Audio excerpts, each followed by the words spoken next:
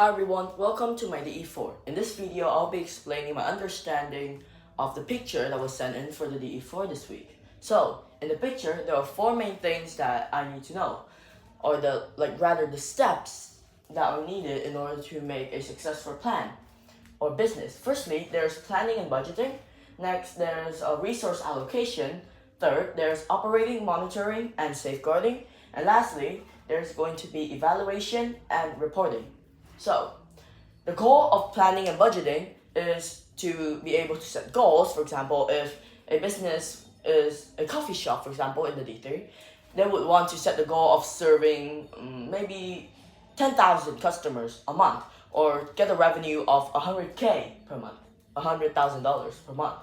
Next is going to be forecasting, trying to predict what problems the business is going to run into. For example, risks, maybe federal laws and regulations, etc. And lastly, the budget, which is the amount of money needed for the project or the business in general. So the importance of budgeting and planning is that it gives a solid overview and a detailed plan on how the people or the team is going to work in the business together.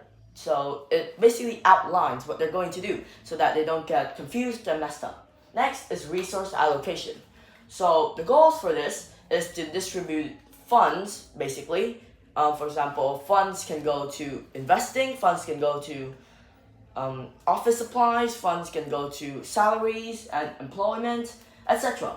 Second is the prioritization of different things. For example, if the business is just developing, it would try and prioritize in finding new customers. If it has been in long term, it should prioritize, in my opinion, to have more revenue and more profit to expand itself further.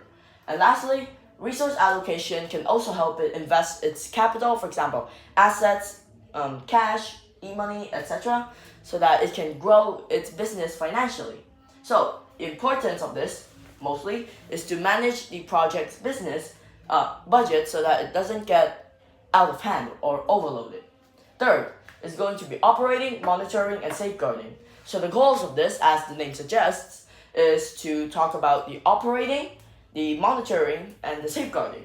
So operating is like how the project is going to operate. For example, in a company, people operate like they put stuff together in like a really long line.